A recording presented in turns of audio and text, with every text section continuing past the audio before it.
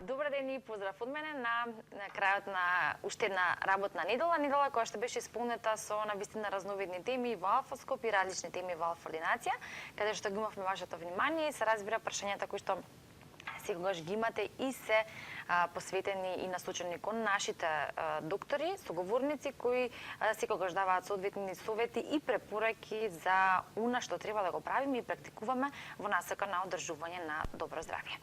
Тоа е нашата цел и денеска, да се информираме, да ви едуцираме и воедно да поразговараме на тема за заболувањата кои што се уште представуваат причина број 1 за смрт и во светски рамки. Така што кардиоваскуларните заболувања и операцијата bypass како едно решение во овој дел е наша денешна тема. Новаа тема денеска во алфа-ординација зборувам со доктор Елвис Мустафа, кардиохирург од болницата Аџибадем Систина. Добар ден за вас, докторе, и добро дојдовте за прв пат кај нас во алфа-ординација. Фала, добро ве најдов. Се одлучивме да зборуваме за кардиоваскуларните болести од причина што се во најголем процент застапени.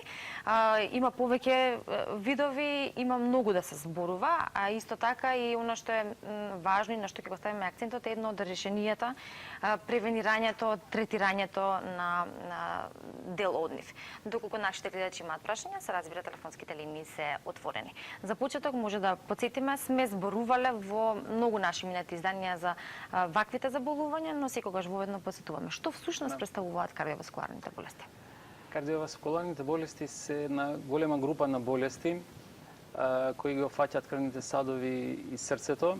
Тие се една многу тешка група на болести, како што спомнавте и вие, со многу висок процент на морталитет. Односно, тие се фактички фактор број 1 на смрт и морталитет во целиот свет, освен во Африка.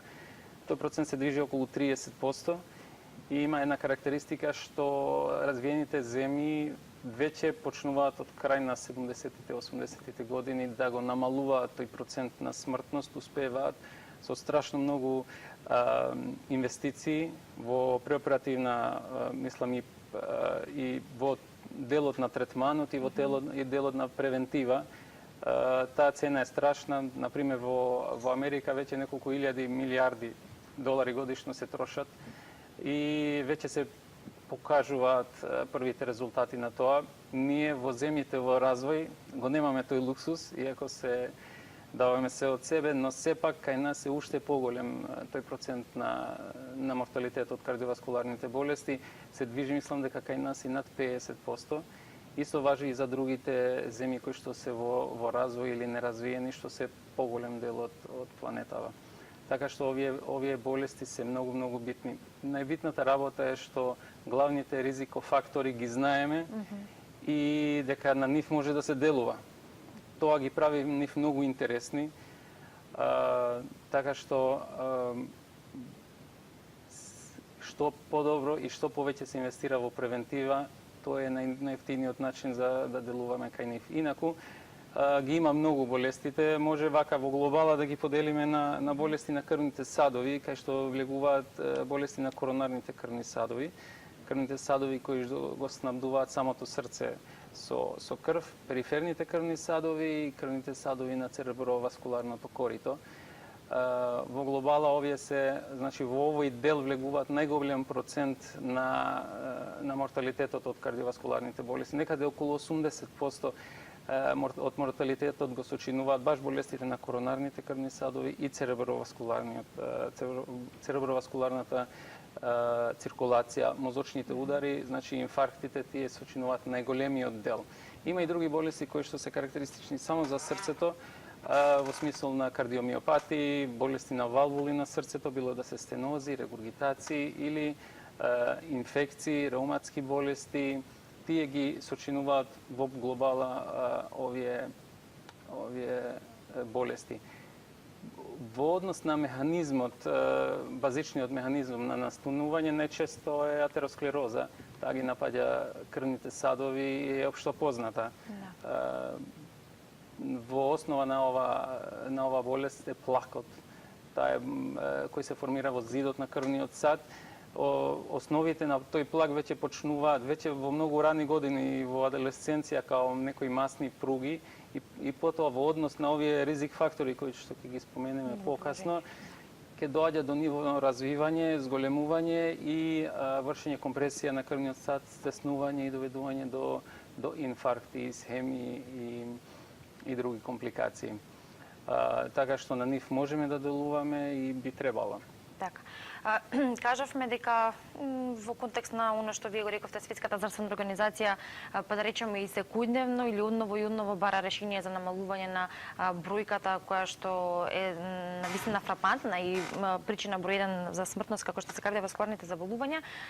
Докторите тука, вие, вашите колеги се обидувате да бидете во чекор со тоа во однос на и превенирање, но и навремено дијагностицирање и терапија или третман за ваквите заболувања, но сепак бројките се големи и треба што значи уште повеќе да се работи на тоа. Класификацијата е голема, поделбата ја кажавме, постојат тука ризик фактори кои што имаме и модифицирачки и немодифицирачки, оние кои што можеме да ги промениме и зависат исклучиво од самиот пациент, и оние кои што за жал не можеме да ги промениме, меѓу кој е и генетскиот фактор, односно фактор број 1 кој што не можеме да го смениме.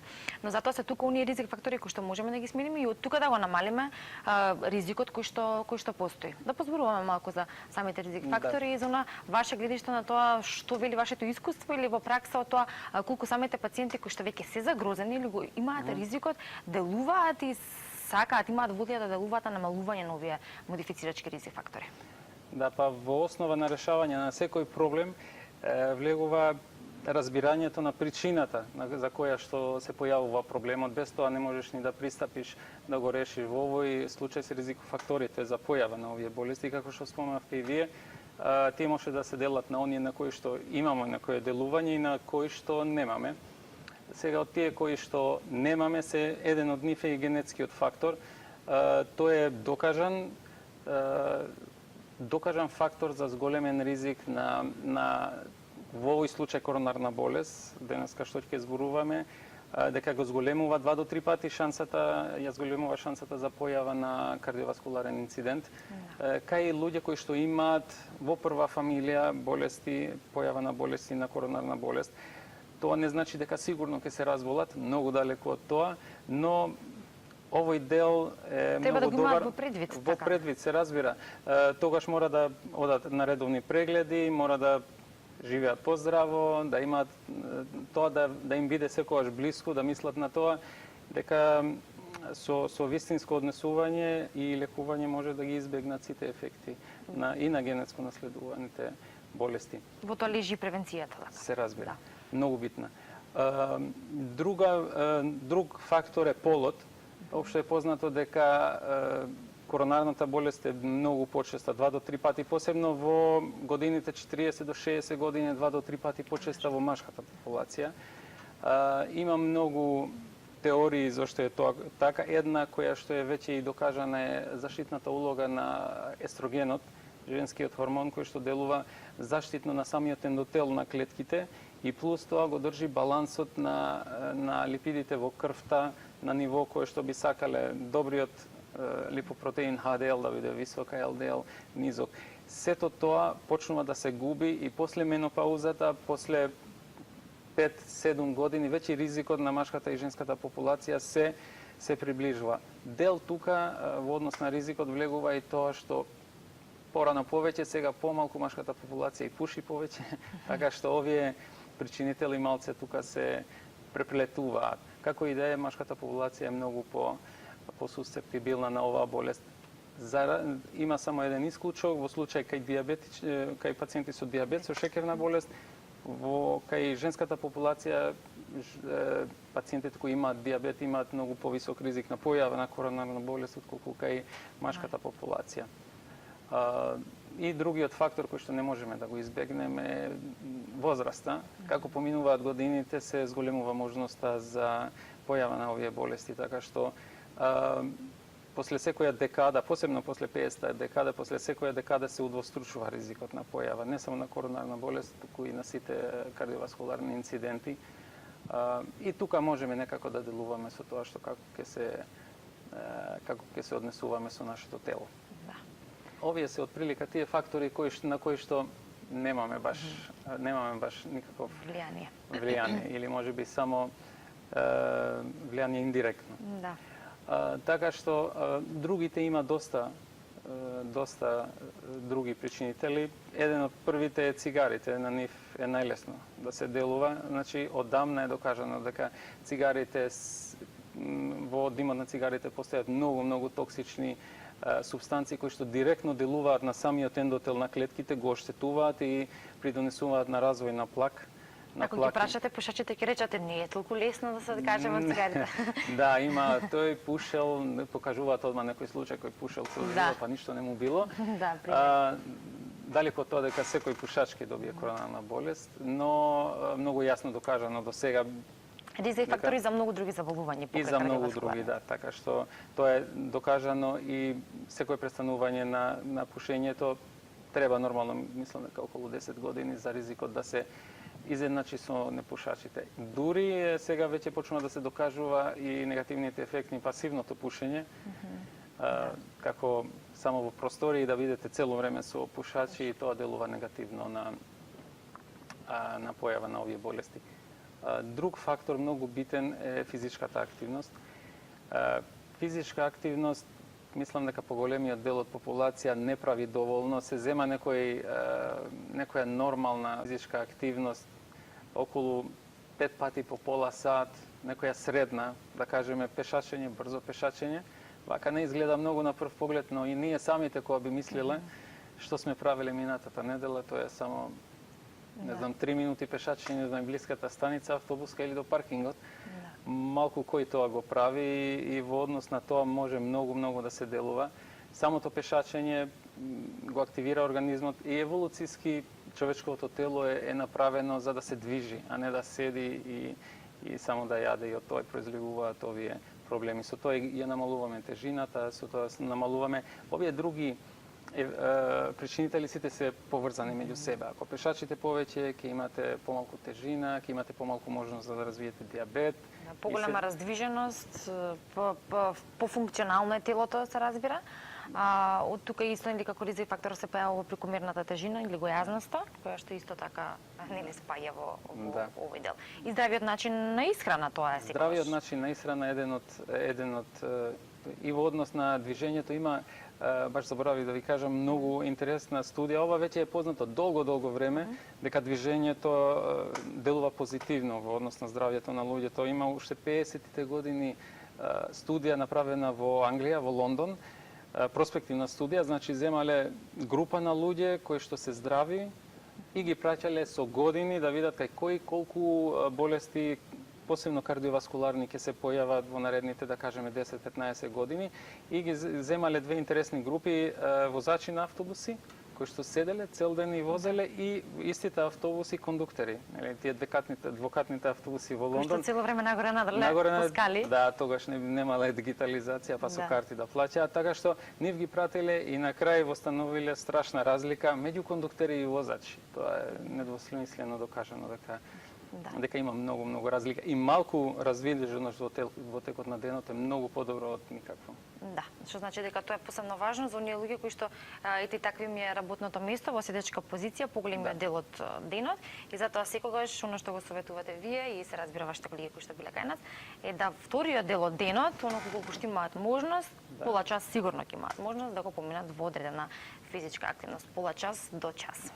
Покрај ризик факторите, многу се важни и симптомите кои што првично се појавуваат.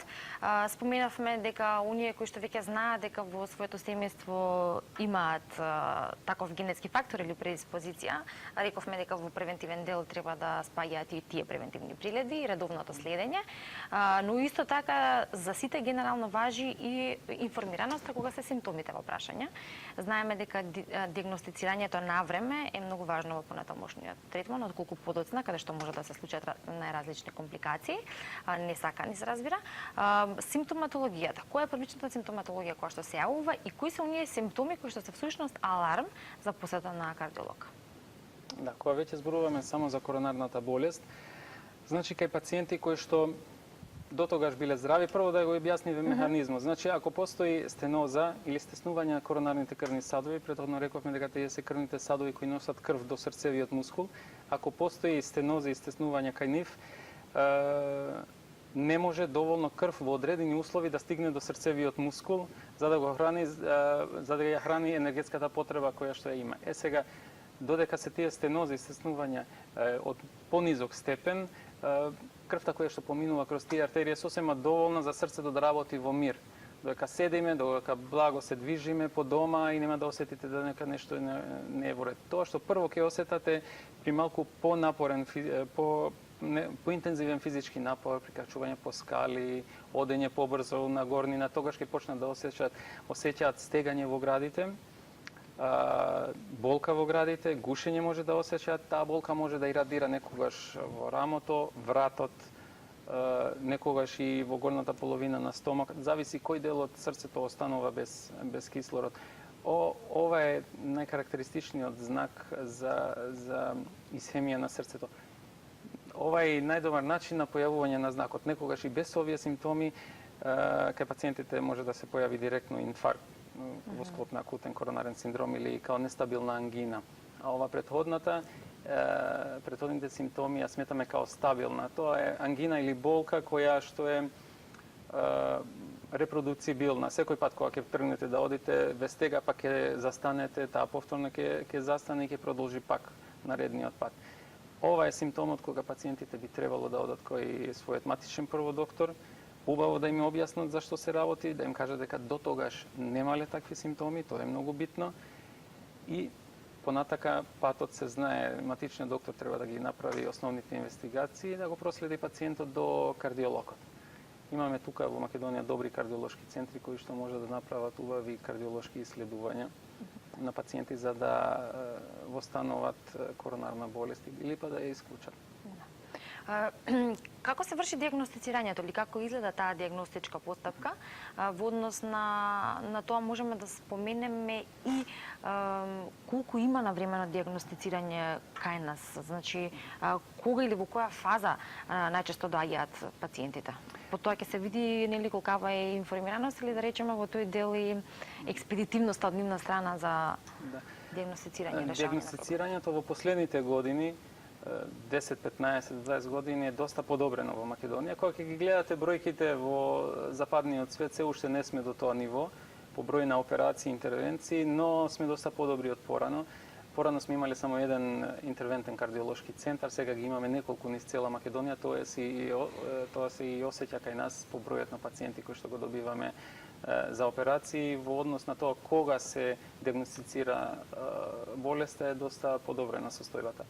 Обично, следот на случувањата е кога стигнува во кардиологија пациентот со тие симптоми пратен од матичниот доктор, кардиологот ќе направи уште една проценка во однос на симптомите и во однос на присутноста на ризикофакторите кај пациентот, за да продолжи понатамо со кардиолошкото исследување. Обично, тоа што следи е едно обично ЕКГ, која што нема многу да ви каже, а потоа најдобриот тест почетен е коронарен стрес тест. Во тие услови тоа е многу добро испитување каде што се прави ЕКГ, се снима електричната активност на срцето, но под напор. Значи од пациентот се бара да направи напор на трака, тогаш фактички ние сакаме да ја покачиме енергетската потрошувачка на срцето. И доколку тие крвни садови се запушени, не можат да дадат доволно крв. Таа исхемија, слабокрвност на срцето можеме да ја видиме на ЕКГ-то, дори можеме да ја видиме и на која страна на срцето тоа се случува. Кога веќе тоа ќе го видиме, тој пациент веќе е кандидат за коронарографија. Има и друг начин кој што може да ни покаже дека нешто не е во ред со крвните садови на срцето, тоа е ехокардиографија на срцето. Тогаш може да се видат испади во кинетика кога делови од срцето од слабокрвност не можат да контрактираат, да работат како што треба, тоа може да се гледа, но тие се постари знаци и би сакале да го фатиме пациентот уште во пораната фаза. Да. Во самиот чин кога се прави коронарографијата, може да продолжиме да зборуваме за тоа како е најдобриот начин понатаму. Да, може, но претходно може да го вклучиме гледачот кој што ги имаме на линија. Така. Добар ден. Ало, добар ден. Добар ден, повелете. Поздрав за емисијата, докторот, сакам да поставам едно прашање. Да, поведе. Имам 56 години, пушам по една кутија цигари, меѓутоа правам скрекови, се движам по 2 км на ден, па до сега не сум осетил некое стерење во градите, во нешто, него со цигарите ми е страх, викам, да не се деси нешто лошо, викам да ги оставам, а тешко се оставаат, па ме интересира да ми каже докторот дали е здраво да се прават скрекови од ова рано. Hvala je prijatno. Ви благодарам за јавањето. Ова е нешто во однос на ризик факторите кои што ги споменавме и бидејќи веројатно можеби подосна се вличат гледачот, многу е важно нели оставањето на цигарите, а продолжување на правење скликови, така нели тоа би бил одговорот, претпоставувам. Активноста е многу битна, но најбитно е да се остават цигарите, се разбира ако може. Добар дел од нашите пациенти после операции кога ќе увидат резултатите од тоа пушење оставаат, но најпаметно е тоа да се направи претходно. Сега, ако нема симптоми, можеш само да престане со пушење, да продолжи со активност и до појава на симптоми да живее нормално, се разбира. Да. Ете, гледачот рече дека можеби и се плаши дека ете цигарите би можеле не да може да предизвикаат нешто, а тој страф е секогаш добронамерен бидејќи ете ќе придонесе во одлуката на оставање на цигарите или престанување со пушењето. Продолжуваме онамо каде што застанавме, а тоа беше продолжување на начинот за диагностицирање. Да. Златен стандард на диагностицирање на коронарната болест е коронарографијата. Всушност, таа отвори пати за хирургијата, бидејќи без да видите точно каде ви се стенозите, стеснувањата, не можете да планирате операција. Првата коронарографија е направена одамна, уште 59-та година, мислам, а првиот бајпас е 64-та, така што тој след мора секогаш да се знае. Од тогаш, значи, коронарографијата е златен стандард. Кога се прави, се гледа убаво каде, обично коронарните артерии се 3, 2 од нив излегуваат од заедничко стебло и се гледаат каде, дали има прво стенози, колку ги има, каде се и кој е најдобриот начин за нивно третирање. Сега голем дел од тие стенози ние како хирурзи не ги гледаме, бидејќи кардиолоз начинот на стентирање толку многу напредувал, со добар дел од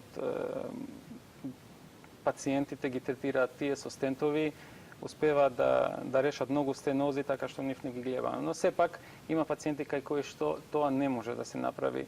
Впрочем, докажано е дека кај пациенти кај кои што имаме стенози на сите 3 коронарни артерии, може и тие да се стентираат, но поголемиот дел на студиите докажале дека кога ќе поредите стентирање со бајпас, пациентите што добиле стентирање имале многу почесто потреба за реинтервенција, повторно примање во болница, така што сега златен стандард за тросадовна коронарна болест е бајпас операција. Исто така, некогаш има и технички потешкоти во однос на стентирање, или па лезијата, стенозата е во некој дел од коронарното стебло кај што е тешко, или па ризикот е неприфатлив да би се стентирало, ги гледаме и тие пациенти некогаш. Така, и сега, што е оно што да речеме ке пациентот одлучува дали треба да биде конзервативна терапијата или пак треба хируршка интервенција. Претпоставувам дека навремената дијагноза е една од тие работи која што исто е важна, но постојат веројатно и други. Кога се применува или се препишува конзервативна терапија, кога веќе е време за хируршка интервенција. Во однос на оваа болест, сепак ова проценка се прави исто во тек на коронарографија, се гледаат колкави се тие стенози, некогаш имаме стеснување на крвните садови кои што се под критичната вредност, која што обично е околу 70% на луменот, ако е стесне, тогаш се мисли дека таа стеноза е веќе сигнификантна и треба да се третира, дали со стент, балон дилатација или бајпас на некој начин да се реши. Некогаш има пациенти кои што имаат стеноза, се гледа дека коронарните артерии се болесни, но немаат сигнификантни стеснувања на нив, тогаш кај нив се препорачува интензивен тераписки третман и нормално делување максимално на сите овие ризик фактори кои што ги споменавме порано. После другата група на пациенти кои што имаат стенози, а може да се решат со стентови, тие се решаваат на таков начин, и третата група доаѓа кај нас за операција. Така што ова е отприлика поделбата на ова трета група, ние ја гледаме најчесто. Така што сега за сега ова е стандардот. Мада одлуката никогаш не е црно-бело медицина, така што ние овде сива е, некогаш некои пациенти спаѓаат од една во друга група и таа граница цело време се менува. Бидејќи техниките на байпас секогаш се подобруваат и се надпреваруваат со подобрувањата во техниките за стентирање. Тие секогаш имаат нови стентови, ние имаме нови техники на байпас шиење и нонстоп се прават студии за да се видат кои се најдобри за бенефит на пациентот. Да, она што секогаш е за доброто на самиот пациент. Имаме гледаш, добар ден. Ало, добар ден. Добар ден, повелете. Ја слушам емисијата нешто кажуваа за срце. Добро? Да. Јас сакам да се консултирам со лекаров. Дали смеа да ваѓам зави, пошто јас сум болна од срцето, оптеретен ми е мускулот. Добро. Дали има некаква поврзаност, ја не знам. Да, зависи од што ќе се користи као анестетик. Некојаш анестетиците заедно со класичниот анестетик користат и адреналин. И некојаш е благоризично да се користи адреналин, но треба да се одлучи case by case, за секој случај да се одлучи. Секако има начин да се извади и други врсти на анестезија и може да се извади ЗАП, се разбира самиот ЗАП представува ризик и за срцето, за инфекции и така понатаму. Така што секогаш има начин да се реши тој проблем. Мора прво да се процени степенот на оштетување на срцето и каква анестезија се ради. Оперативниот зафат кој што се прави при артериосклероза, како што кажавме, е байпас операцијата. Може да се префрлиме и за изведувањето на самата таква операција, што е дефинитивно и ваш домен, нели? И дел од нашата тема, така што може околу самото изведување на операцијата, како тече операцијата, каков е тој оперативен зафат, колку е комплексен од страна на докторот се разбира, но и како го доживува тој самиот пациент. Имаме повторно гледачки, застанеме тука. Го памтиме прашањето. Добар ден. Добар ден. Добар ден, повелете. Имам едно прашање за доктор. Да. Ало. Да, ве слушаме, повелете. На 51 година добив инфаркт од висок притиск. И после тоа бев стентирана, имам 76 години. Сега терапијава што ја користам, дали треба постојано да ја користам? Пијам Росфера, Випресо, Лизиноприл и аспирин. Веќе 6 години сето тоа го консумирам, тие апчина ги користам, дали треба да продолжам?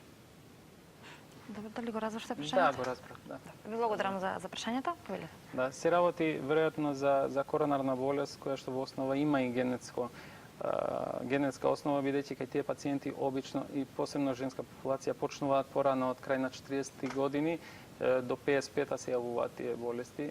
Во секој случај, во овој случај е решена состојбата и по однос на тоа што слушнав каква терапија зима пациентката, таа е сосем точна терапија и треба да продолжи. Секој лек кој што го зема е докажан дека продолжува животот и намалува појава на компликации. Сите тие лекови треба да продолжи да ги зема. Байпас операцијата, таму стигнав. Да. Значи, пациентите кои што стигнуваат до нас пред да одлучиме да влезат во операција, се случуваат многу одлуки и проценки. Прво се запознаваме со пациентот, бидејќи обично лечиме пациент, а не болест. Секој пациент е различен. Проценуваме ризик. Многу е битно тој пациент во каква состојба е, на кои години. Да. Тие ризик фактори може да се поделат на ризик фактори во однос на самата состојба на пациентот. Дали има коморбидитети кои што се многу битни во однос на нашата операција, дали има болест, белодробна болест, дали има бубрежни болести, сите тие работи претходно се инвестигираат до крај и ако има потреба секогаш консултираме наши колеги кои што ги имаме во Систина, тие болести да ги решиме или па во има случаеви кога се до тој степен напреднати што едноставно контраиндицираат операција. Тие се еден дел од ризикофакторите за операција. Другиот дел е самата прогресија до каде стигнала болеста, колку е функционалниот капацитет на пациентот, колку е оштетено срцето од самата болест. Другиот делот има уште многу фактори во однос на ризикот кои што ни се многу битни во однос на организација на целата операција и техничката природа на операција. Пациентите кои што веќе се еднаш оперирани, тоа го зголемува доста ризикот од операција.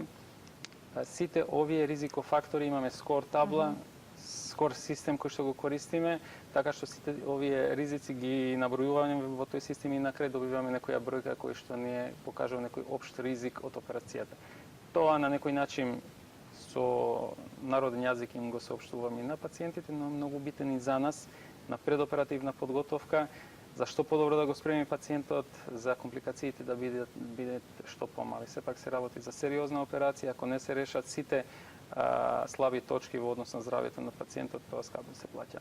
Значи, тие ризик фактори или да речеме коморбидитети претходно се решаваат, па се случува хируршката интервенција или се облажуваат или па ние правиме чекори за да намалиме нивниот ефект врз резултатот на операцијата. Некои не можете да ги решите, но може да ја спремите пациентката да што подобро, ако се работи за белодробни заболувања, даваме терапија неколку дена за да се подобри белодробието, исто и за бубрежната болест, ги донесуваме до некоја најдобра состојба која што можеме да ја добиеме од нив за да операцијата помине најдобро. Друг дел од ризикот е и нивната состојба, невролошки дефицити, колку ќе може тој пациент повторно да се мобилизира после операција, тоа е многу битно.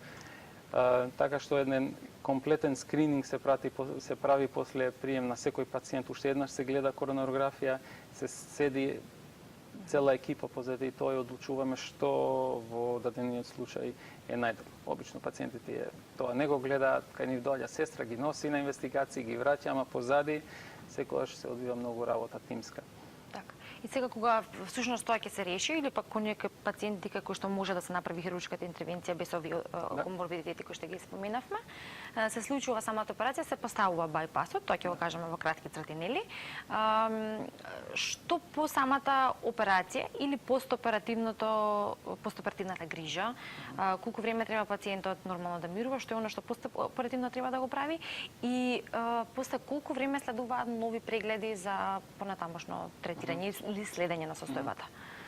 Во однос на самата операција, кога одлучуваме која операција, многу е битно да одлучиме и кои графтови ги користиме, во зависност од тежината на болеста, годините, одлучуваме кои графтови, значи кои артерии ќе ги земеме, ќе ги ставиме на срцето да служат како бајпас, да носат крв на срцевиот мускул надвор од стеснатите крвни артерии. Тоа што знаат генерална популација, имаат пациентите рез во нога, кај што се зема вена или па рез на рака, кај што се зема артерија и плюс има артерија во внатрешната страна од градниот кош, која што секогаш се зима и која што има најдобар ефект и најголема долговечност.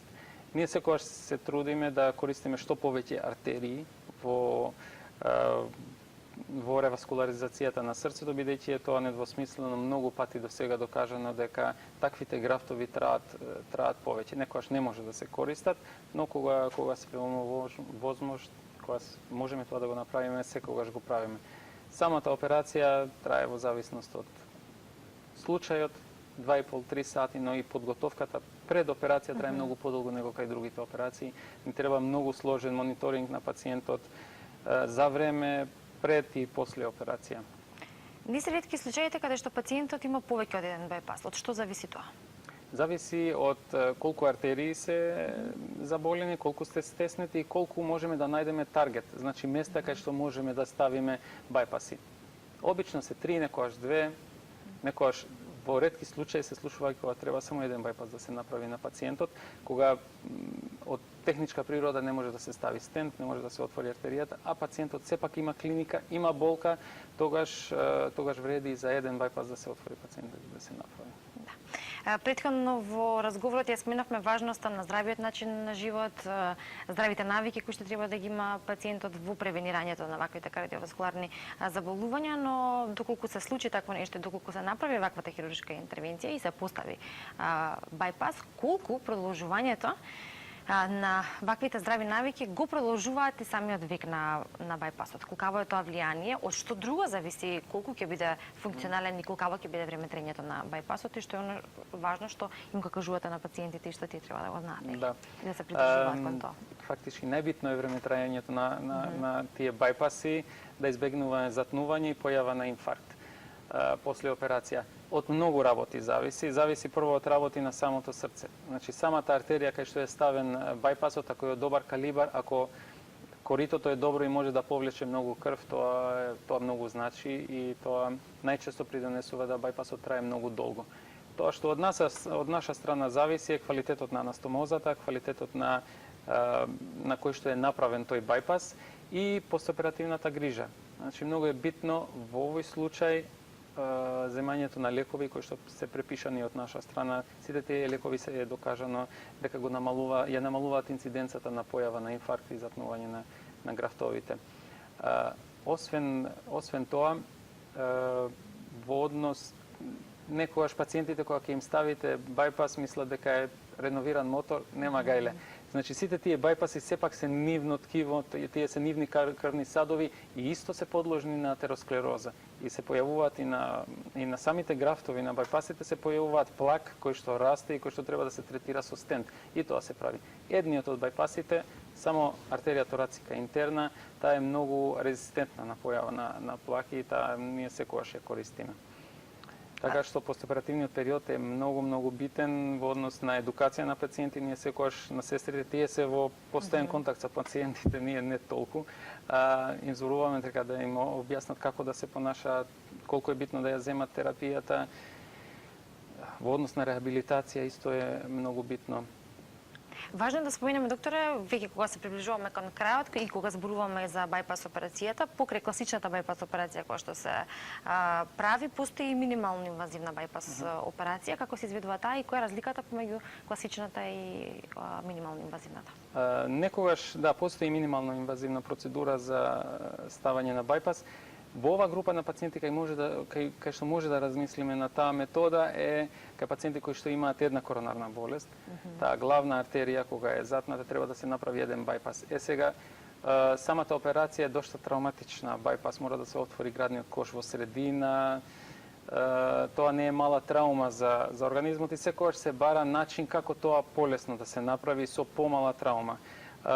Има процедура MITCAP се вика, Minimal Invasive Direct Coronary Artery Bypass Grafting, значи со минимална инвазија на телото, се работи за рез на левата страна на градниот кош, таму се препарира артерија торацика интерна и без да застане срцето се прави анастомоза.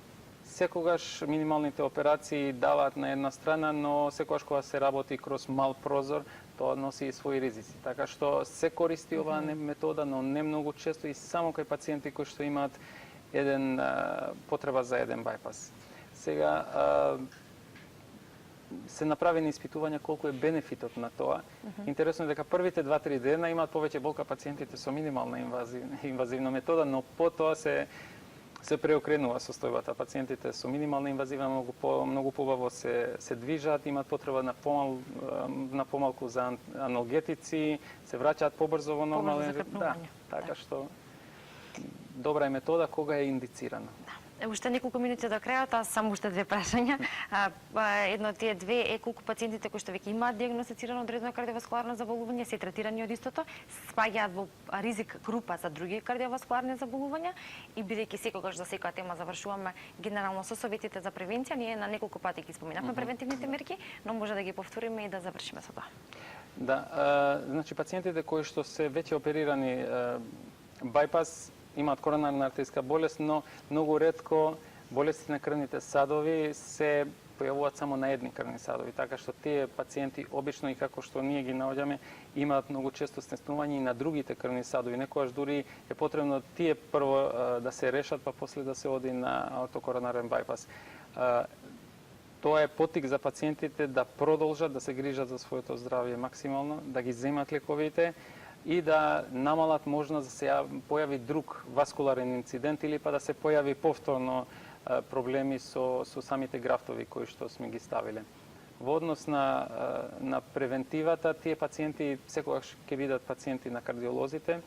Обично доаѓаат кај нас на контрола после операција, уште еднаш ги гледаме после 10 дена. Ако е се во ред, зараснете и се раните, нема никаков проблем, тогаш ги преземаат колегите кардиолози и тие се нивни пациенти во почеток ги гледаат почесто, додека се стабилизира состојбата, им треба 2,5 до 3 месеци да се вратат во нормална состојба пациентите кои што се оперирани. Тогаш се смета дека комплетно е зарасната раната, коската, може веќе и да работат така полесни работи и се разбира редовни контроли кардиолошки до крај на живот. Доктор Мустафа, ви благодарам што бевте мој гостин и што ете обработивме оваа тема, која што за жал е честа, но од тука пак се работи за нејзино превенирање и колку што е можно намалување на бројката од кардиоваскуларни заболувања. Посакувам пријатен ден.